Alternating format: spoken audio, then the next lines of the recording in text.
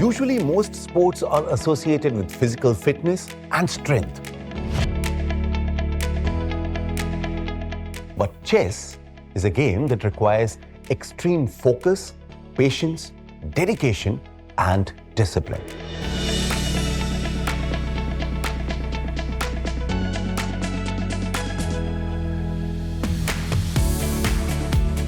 Little surprise, therefore, that this game of checks and checkmates is a favorite among people in virtually every country across the globe. However, very few people know that this game originated in India nearly 1600 years ago. How did this game, born in India, become so popular worldwide? How did it create a sensation in China, Japan, Russia, Korea, and across Europe? How did chess become the favorite game of intellectuals? And why is it called chess? Let's explore.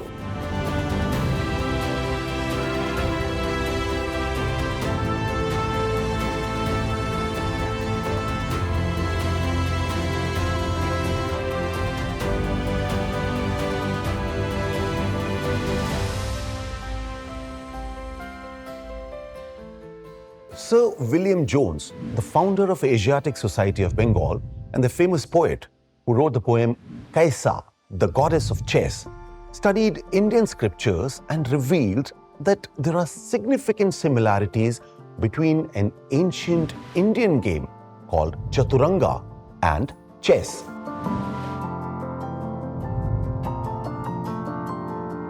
According to him, the game known as chess today is a modern version of Chaturanga, popular game during the Gupta Empire in 4th century.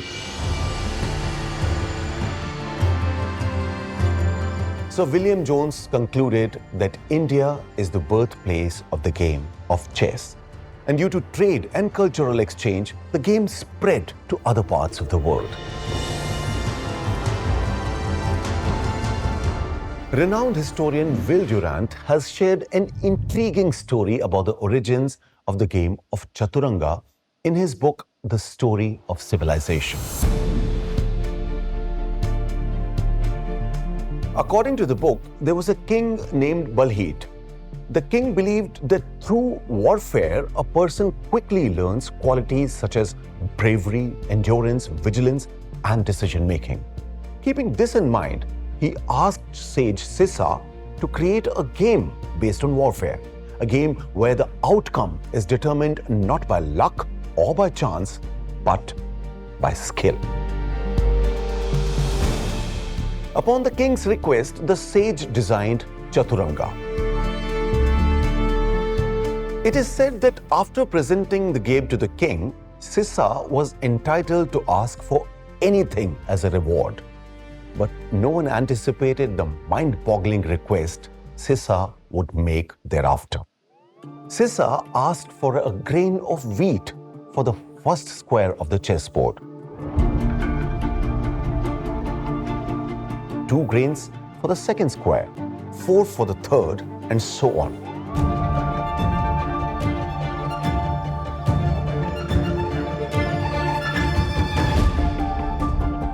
Doubling the number of grains for each subsequent square. Initially, the king, considering this to be a very modest reward, asked for a sack filled with wheat. However, by the 20th square, the entire sack was empty. The king arranged for another sack of wheat, but by the next square, that sack was also exhausted. The king quickly realized that to reach the 64th square, it would require so much grain that it could fill a building approximately 40 kilometers long, 40 kilometers wide, and 300 meters high. As for what happened in the end of this story, nobody knows. One legend has it that the king was so impressed by Sissa's wisdom that he honored him by rewarding him generously. The other version says that the brilliance of Sissa was the perfect antidote to the king's ego and arrogance. Scholars claim the invention of chess took place in the Kannauj district of Uttar Pradesh, when it was the capital of Gupta Empire in the 6th century. Banbhatta also mentioned a game similar to chess called Ashtapad in his work Harshcharitra. During the 6th century, strong trade relations were established between India and Persia, through which the game reached the present-day Iran and became popular under the name Chaturanga. Around 620 CE, the Persian composition Chaturanga mentions that a king from Kannauj sent chess as a gift to the Persian king Noshirwan. The chess set consisted of 16 pieces made of ruby and emerald. It was here in Persia that a new dimension got added to the game of chess. Curiously, in Persia, when the king or Shah was threatened and could not make a move, there was a practice of shouting out Shah Maat, or the king is defeated. Over time, this new call became a part of the game wherever it was played. In Russian, it became Checkmate, and in English, it turned into Checkmate.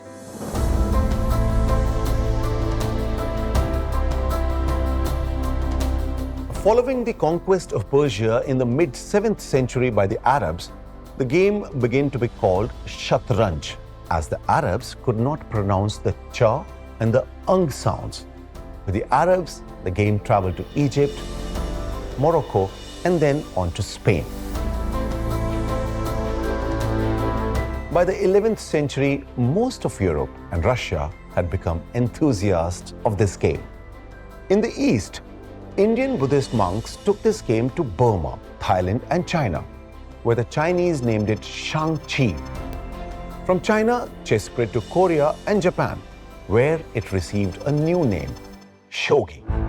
It is remarkable how different cultures understood and embraced the same game in their own ways. For example, in Islamic countries like Persia and in Arabia, animals and human figures couldn't be used for art. So, they were replaced by motifs, which we still use today.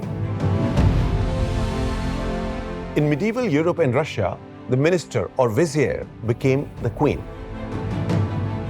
The elephant became bishop, representing the power of the church, and the pawns continued to be foot soldiers.